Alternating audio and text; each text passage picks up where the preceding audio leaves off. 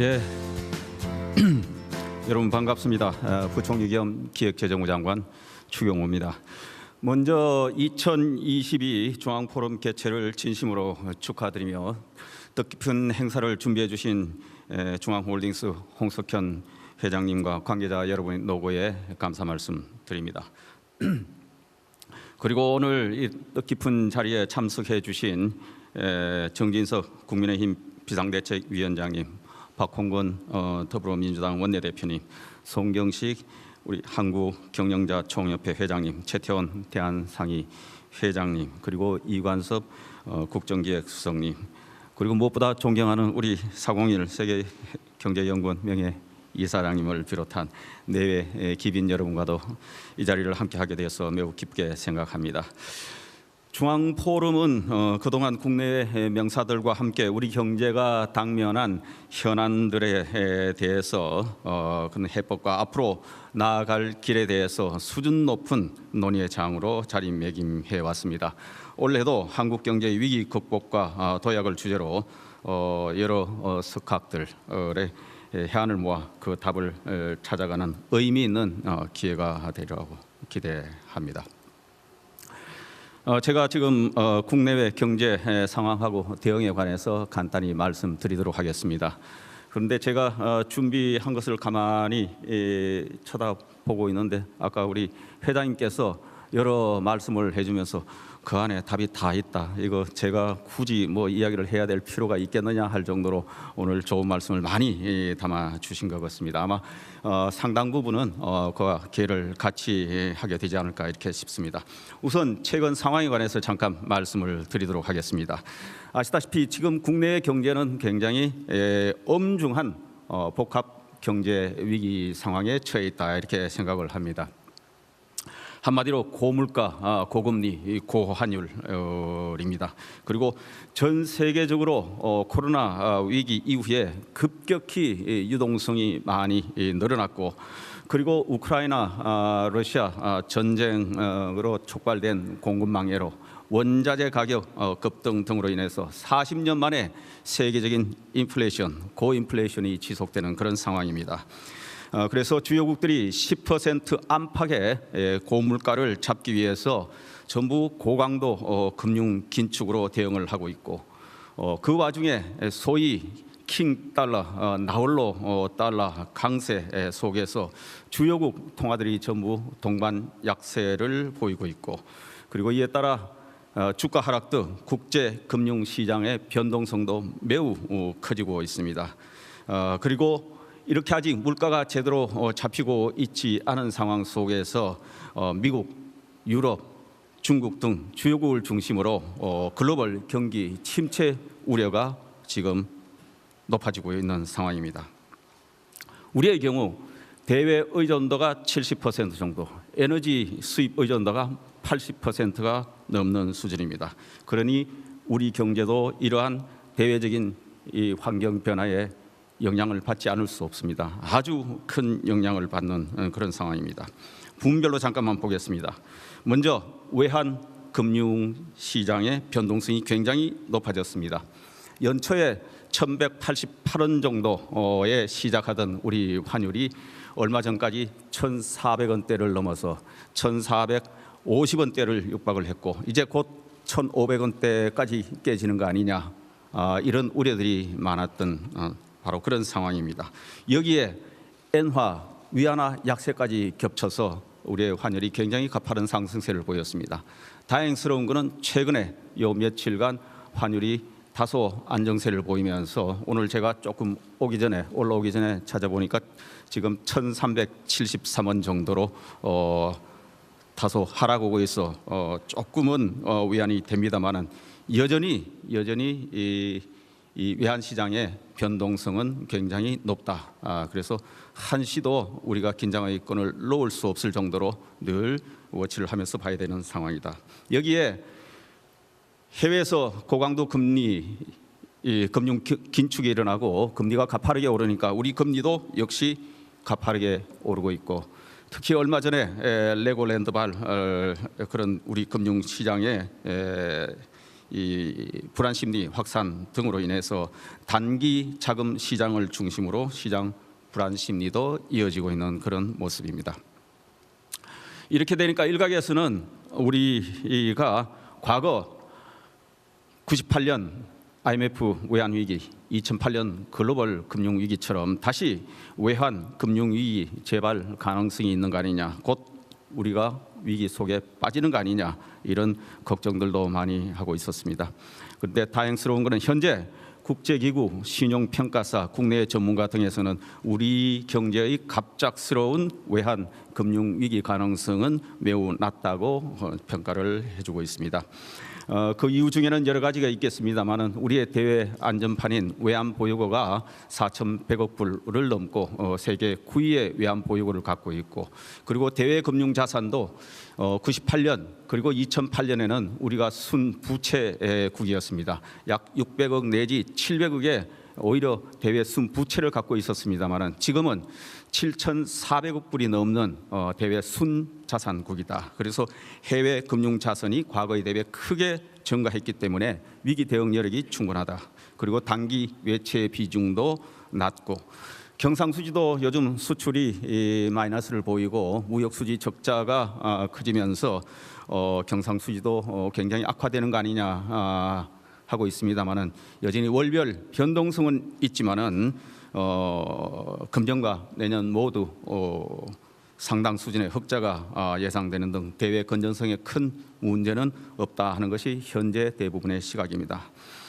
그리고 10월 이후에 아까 말씀드린 대로 환율 변동성도 다소 완화되고 있고, 소위 말하는 단기 자금 시장의 불안 문제도 지난 10월 23일 정부에서 중앙은행과 함께 50조 원 플러스 알파 규모의 유동성 지원 등으로 시장 안정 조치에 힘입어서 일시적 시장 불안도 점차 개선되고 있는 모습입니다. 하지만 한시도 긴장의 끈을 놓을 수 없는 상황입니다. 아직 단기 금융 시장의 불확실성이 잔존하고 있고 시장 불안 심리가 아직 완전히 가신 상황이 아닙니다. 그리고 미국의 금리 인상 속도 등에 따른 대내외 금융 외환 시장의 변동성도 당분간 확대 지속될 가능성이 그대로 있다. 그래서 현재 정부에서는 중앙은행, 금융당국, 기획재정부 등에서 범정부 비상대응 체계를 통해서 시장 상황을 24시간 면밀히 모니터링하면서 관계기관 공조하에 만들어진 컨틴전시 플랜에 따라서 필요에 따라 적기 대응 조치를 시행해 나가겠습니다. 아울러 이러한 상황에서 견실한 튼튼한 기업이 일시적 유동성 부족으로 어려움에 처하지 않도록 자금 시장도 철저히 관리해 나가도록 그렇게 하겠습니다. 해발 고물가로 또 특히 서민 취약층 어려움이 지속되고 있습니다. 세계 경제가 어렵고 국내 경제가 어려우면 세계 경제가 어려우면 취약한 국가부터 크게 문제가 됩니다. 국내도 마찬가지입니다. 경제가 어려우면 역시 취약한 부문, 취약계층이 어려워집니다. 그래서 이러한 우리 취약계층이 어려움을 겪지 않도록 제일 먼저 해야 될 것이 바로 물가 안정입니다. 대외 요인으로 높은 오름세를 이어가던 물가는 유류세, 할당관세이나 주요 품목 수급 관리 등 수차례 걸친 민생 물가 안정 대책과 그리고 국제 유가 하락 등에 힘입어서 7월 달 6.3%를 정점으로 3개월째 5% 후반대를 기록하고 있습니다. 앞으로 큰 돌발 변수가 추가로 생기지 않는다는 전제하에서는 물가 오름세는 앞으로 조금씩 둔화될 것 같습니다. 그러나 그 하락 속도가 매우 완만하여 내년 초까지는 5%대를 기록할 것 같고, 아마 초반이 조금 지나면서는 4%, 그다음에 하반기 연말 쪽으로 가면서 3% 물가대를 볼 수 있지 않을까 이렇게 생각이 됩니다.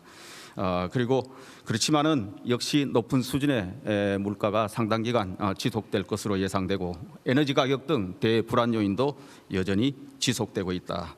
그래서 정부는 현재 정책의 최우선 순위를 물가 안정, 민생 안정에 두고 정책을 운영하고 있고 이러한 기조는 당분간 계속 해나갈 것입니다.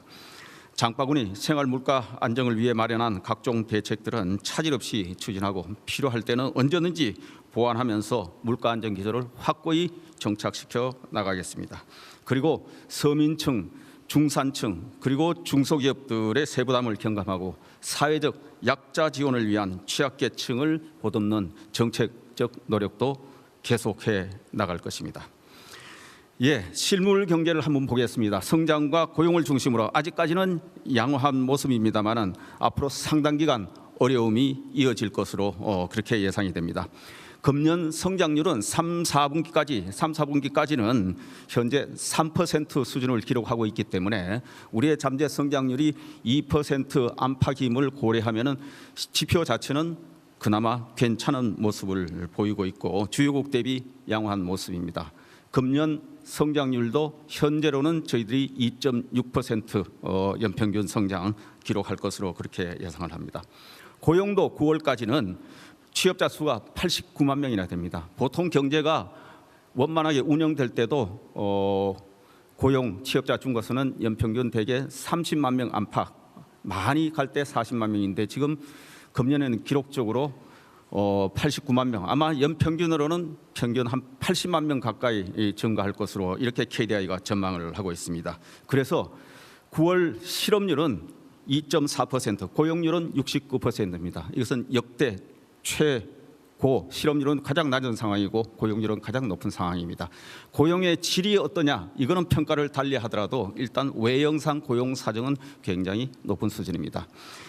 다만 내년에는 세계 경제 위축에 따라서 우리 경제 성장률이 올해 예상되는 2.6%보다 훨씬 낮을 것으로 이렇게 보이고 있으며, 고용의 경우 이제 인구 감소 영향하고 금년에 너무 높아졌기 때문에 상대적으로 고용과 관련된 지표, 취업자 증가 수는 상대적으로 내년에는 굉장히 좋지 않을 것으로 보입니다.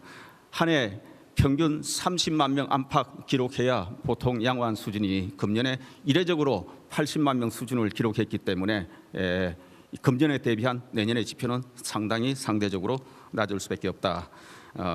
그렇게 생각합니다만 아마 전반적으로 실업률이나 고용률 지표 자체는 그렇게 크게 악화되지 않은 상태에서 나올 가능성이 큽니다. 특히 내년 상반기까지는 수출 투자가 굉장히 어려울 것 같습니다. 최근 발표된 10월 수출이 24개월 만에 감소로 전환을 했습니다. 여기는 물론 글로벌 경기 둔화, 우리 반도체 사이클이 하강 국면으로 진입한 것, 즉 업황 위축, 그리고 중국의 봉쇄 영향 등이 큽니다. 그래서 당분간 이러한 수출의 이 감소세 그리고 이 증가세로의 반전이 쉽지 않을 전망이고, 여기에 에너지 가격 상승에 따른 수입 증가로 무역 수지 적자 흐름도 계속될 가능성이 높습니다. 그렇지만 앞으로 글로벌 이 경기 여건이 개선될 경우 우리 수출 등 우리 경제가 빠르게 반등할 수 있도록 하는 노력이 굉장히 필요하다.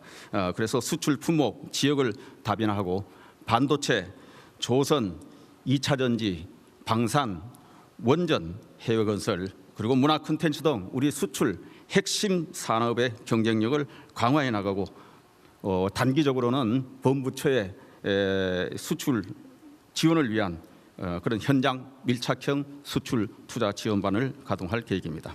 그리고 에너지입니다. 에너지 절약 정말 대대적으로 해야 됩니다. 우리가 에너지 한 방울 나지 않는 곳에서 정말 밤에도 라이트 켜고 골프를 하는 나라입니다. 여름에 한여름에 에어컨을 펑펑 틀고 문을 열고 영업을 하는 국가입니다. 한번 생각해 봐야 될 문제입니다. 그래서 에너지 절약 효율화를 강도 높게 해나갈 필요가 있고, 특히 소재, 부품, 장비 등 자본재 산업의 경쟁력 강화를 위한 무역 수지 개선도 병행해 나갈 필요가 있습니다. 이제 경기가 좋지 않으면은 기업, 부동산, 취약계층 등의 어려움 확대에 유의하면서 내년 이후의 흐름을 염두에 두고 최적의 정책 조합을 가져나가야 된다 생각합니다. 부동산 경우에 17년 이후 5년간 2배 수준 서울 아파트 값이 급등을 했습니다. 그리고 금년 들어서 약 8월까지 9.2% 정도 하락하는 등 하향 추세가 이어지고는 있습니다만, 어쨌거나 지난 수년간의 부동산 가격 급등을 감안하면 일정 부분 주택 가격의 하향 조정은 불가피한 상황입니다.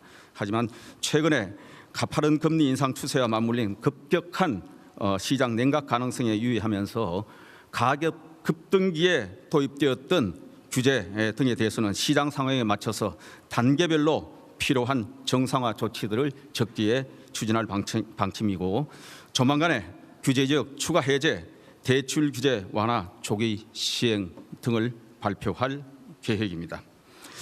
이상으로 우리 경제 상황을 종합적으로 보면은 한마디로 상당 기간 금융시장의 변동성이 커지고 경제 불확실성도 지속될 것으로 예상되고, 특히 내년 상반기까지가 가장 어려운 시기가 될 것으로 전망이 됩니다. 이에 정부는 비상한 각오로 한치의 빈틈도 없이 경제 전반을 철저히 관리해 나가도록 하겠습니다. 우리 경제가 지금 복합 위기 상황에 직면해 있지만은 어려울 때일수록 우리가 간과해서는 안 될 것이 그 이면에 있는 오랫동안 누적된 우리 경제의 구조적인 문제들입니다. 지난 수년간 정부 재정 주도의 경제 운영과 글로벌 스탠다드에 맞지 않는 과도한 규제 등으로 민간 활력이 크게 저하되면서 민간의 성장, 일자리 창출 능력이 크게 약화되었습니다. 경제 체질 개선 지원으로 우리의 노동 생산성은 주요국의 3분의 2 수준에 불과한 가운데 급격한 인구 감소도 본격화되고 있습니다. 그 결과 국제기구, 한국은행 등에서는 우리 경제 잠재 성장률이 2% 내외까지 가파르게 하락한 것으로 추정하고 있습니다.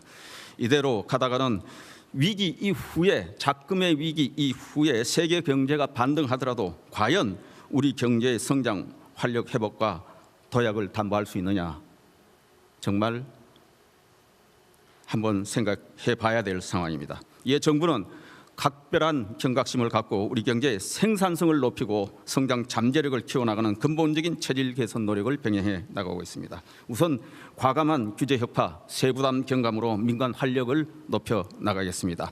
현재 정부가 강도 높은 규제 혁신을 하고 경제 분야에 110건 이상의 경제 규제 혁파를 하고 있습니다만 아직 갈 길이 멉니다.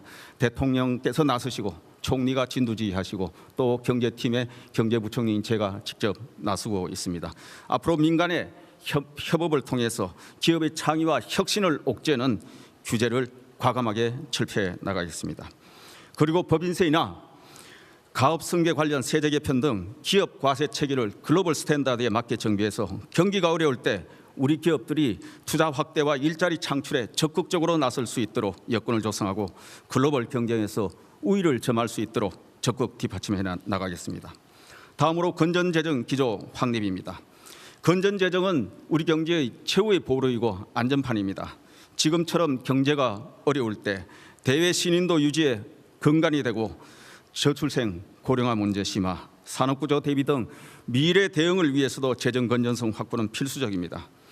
정부는 우선 최근 수년간 급격히 늘어난 부채를 안정적으로 관리하기 위해 내년도 예산의 지출 규모를 추경을 포함해서는 13년 만에 처음으로 6% 오히려 줄어든 40조 원을 감액 편성해서 국회에 제출을 했습니다. 그리고 건전재정을 제도적으로 뒷받침하기 위해 재정준칙 법제화를 추진을 하고 있습니다. 어느 정당, 어떠한 정파적인 견해를 가지고 있더라도 건전재정은 국회에서 정부가 함께 이것은 반드시 지켜야 된다. 정권이 어느 정권이 되든지 간에 이것을 법으로 묶어서 스스로 기속하자는 취지입니다. 그리고 재정의 중장기적인 이 그림을 그려가면서 지속 가능성을 확보하기 위해 재정 비전 2050도 마련 중에 있습니다. 이러한 건전재정 기조 하에서도 아까 말씀드린 대로 취약계층을 위한 핵심 복지 지출은 내년도 예산안에 총 지출 증가율보다 훨씬 높은 2배 수준으로 두 자리 숫자의 대폭 확대 편성했고, 그 다음에 취약계층 그리고 소득세 하위권 가표 구간 조정 등을 통해서 서민 중산층의 세부담 완화 등 재정 세제 패키지를 마련해 국회에 제출했습니다. 이번 주부터 국회 예산 심사가 본격 시작되었습니다. 민생 안정, 경제 활력 회복, 그리고 미래 대비를 위한 예산안이 국회에 제출돼 있기 때문에 법정 시한인 12월 2일 내에 처리에 여야의 초당적 협조를 기대합니다. 그리고 공적연금의 지속 가능성 및 안정성 확보를 위해 미래 세대가 필요합니다. 그리고 미래 세대 부담 완화를 위해서도 연금 개혁을 반드시 해야 합니다. 국회 연금 개혁 특위가 시작을 했습니다. 정부도 적극 참여해서 이번에는 반드시 우리 미래 세대를 생각하면서 연금 개혁을 반드시 이루어내야 된다 이렇게 생각합니다. 예, 공공개혁도 반드시 필요하고 생산성 높은 그리고 나은 공공 서비스를 국민께 제공해 드리도록 그렇게 혁신해 나가겠습니다. 그리고 노동시장과 교육개혁입니다. 노동시장은 주 52시간제를 근간으로 할 겁니다. 그렇지만은 근로자의 선택권을 높이고 기업 현장의 현실에 맞게 각 특성을 반영해서 근로시간의 유연성을 높여나가고 우리의 임금 체제도 이제 연공급 체계에서 직무 성과급 체계로 바꿔나가야 됩니다. 이런 것이 없이는 우리 경제, 기업의 생산성을 구조적으로 높여나가는 길은 용언하다 이렇게 생각합니다. 교육의 경우에도 우리 4차 산업혁명, 경제, 사회, 산업 환경 변화에 따라서 제대로 된 인력을 공급해내야 된다. 이걸 위해서 대학에 대한 규제 혁파를 하고 인재 양성을 유도해내겠습니다. 그리고 학령 인구 감소에 따라서 초, 중등 그리고 고등교육 간의 불균형 해소를 위해서 교육 재정의 칸막이를 구조 개편하겠습니다. 그래서 대학 경쟁력을 높이고 인재를 양성해 나가겠습니다. 서비스 산업도 양성하고 금융 부문의 규제 혁파도 대대적으로 하겠습니다. 그리고 끝으로 역시 미래 대비 노력, 사회 안전망 강화 등입니다. 첨단 산업 전략 기술 육성하고 R&D, 우리 국가의 미래 경쟁력을 좌우합니다. 여기에 많은 재원도 투입하고 여기를 통해서 미래 대비를 더욱 철저히 해 나가도록 하겠습니다. 그리고 기후 변화 대응 등에 대비해서 저탄소 사회 실현을 위해서 우리가 정책도 추진해 나가고 그동안 무리하게 추진했던 탈원전 정상화도 추진해 나가겠습니다. 그리고 기초생활보장제도 확대, 기초연금 인상 등을 통해서 사회 안전망도 촘촘히 챙겨나가도록 하겠습니다. 이러한 정책들을 통해서 다시 도약하는 대한민국, 다 함께 잘 사는 국민의 나라를 만들어 가겠습니다. 예, 이야기를 마무리하도록 하겠습니다. 지금 상황은 그 어느 때보다도 엄중한 복합 경제 위기 상황입니다. 주요국의 고강도 금융 긴축, 그리고 세계 경제 둔화, 러시아 우크라이나 전쟁 영향의 향배, 그리고 중국 경제의 불확실성, 여기에 최근 북한의 도발 행위 등 지정학적 리스크까지 지금 한꺼번에 가세하고 겹치면서 내년 상반기까지는 금융시장, 민생, 실물경제 전반적으로 매우 어려운 시기가 될 것입니다. 상당 기간 지속될 수도 있습니다. 이러한 복합위기 상황 극복과 지속적으로 하락하고 있는 우리 경제의 성장 잠재력을 높여나가는 일은 저는 시간이 지난다고 저절로 해결된다고 생각하지 않습니다. 지금부터 우리가 어떻게 하느냐에 달려있다 그렇게 생각합니다.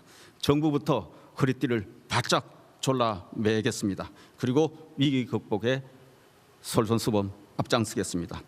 모두가 힘든 시기지만은 경제계, 노동계, 정치권 등 각계에서도 경제 위기 극복을 위해 조금씩 양보하고 힘을 모아주시기 바랍니다. 우리 국민은 힘을 모아 IMF 외환 위기도 극복해냈고 2008년 글로벌 위기도 극복해내면서 세계로부터 모범 국가로 칭송을 받았습니다. 다시 한번 온 국민이 힘을 모아서 노력한다면 지금 당면한 복합 경제 위기 극복 반드시 저희들은 이겨내고 대한민국의 더 나은 발전된 모습을 활짝 열어갈 수 있다 이렇게 생각합니다. 오늘 2022 중앙포럼을 통해 작금의 우리 경제의 어려움을 이겨내고 대한민국의 밝고 강한 미래를 위한 지혜가 본물처럼 쏟아지리라 기대하고 특히 우리 401 이사장님 그리고 서머스 석학과 함께 아마 좋은 진단과 해법이 제시되지 않을까 이렇게 생각합니다. 경청해 주셔서 감사합니다.